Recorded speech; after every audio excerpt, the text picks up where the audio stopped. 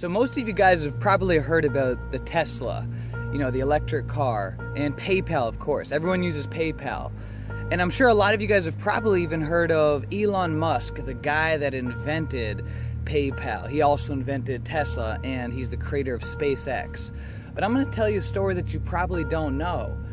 And that is that Elon Musk, after he had created PayPal, he had literally earned well over $100 million in just his 20s. Enough money to be able to not only retire himself, but to be able to retire his great-great-grandkids. However, when he went on and he created Tesla and then SpaceX, those companies started having issues. And he reached out to investors to get help.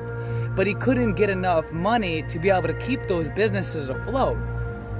So he took out all of his own money, literally over $100 million of his own life savings, money that he didn't even need to spend, and he invested everything he had into saving those companies.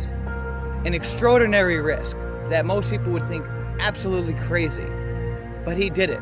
And those companies are still thriving and on today. And now we're seeing those electric charging ports at, all over the place, Walgreens, CVS's, and so forth. And Elon Musk had a great quote that if you believe in something, even if the odds are stacked against you, then you should still do it. I'm going to tell you another story about Kobe Bryant, one of my favorite athletes. I'm a huge fan of Kobe Bryant. I've always loved the Lakers. Right out of high school, this guy was incredible. Very competitive. Interesting thing about it is that right out of high school, he actually got scouted and offered a role to play in Spike Lee's movie, He Got Game.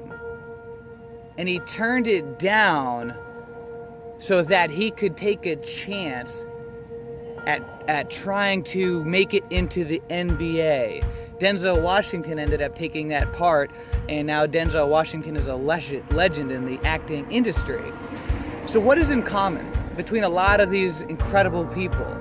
People like Elon Musk, people like Kobe Bryant, and so many other exceptional people that go on to really create a legacy, is that they were literally willing to fail. They were literally willing to put everything on the line with no guarantee of success. I was just talking with one of my friends earlier today, someone who's an incredible internet marketer, and he was saying how he is literally willing to lose 20% of his subscribers just from any one post, any single one piece of content that he puts out there. He's always willing to hold no strings back, to put everything that he's got on the table. And if people don't like him for what it is, then he's willing to lose. He's willing to fail in order to succeed. And I see that a lot, where a lot of people, they don't really want to take that jump towards creating their own dream. They don't want to take that jump because they're not willing to fail. And in fact, not only do you have to be willing to fail, failure is a part of the process. Just like going to the gym, the only way to really build up your muscles is to push your muscles to failure and to break down the fibers so that they can grow bigger and stronger. The exact same thing is up here. You have to be willing to push your mindset to failure at times. You have to be willing to push yourself through failure so that your mental muscles can grow stronger.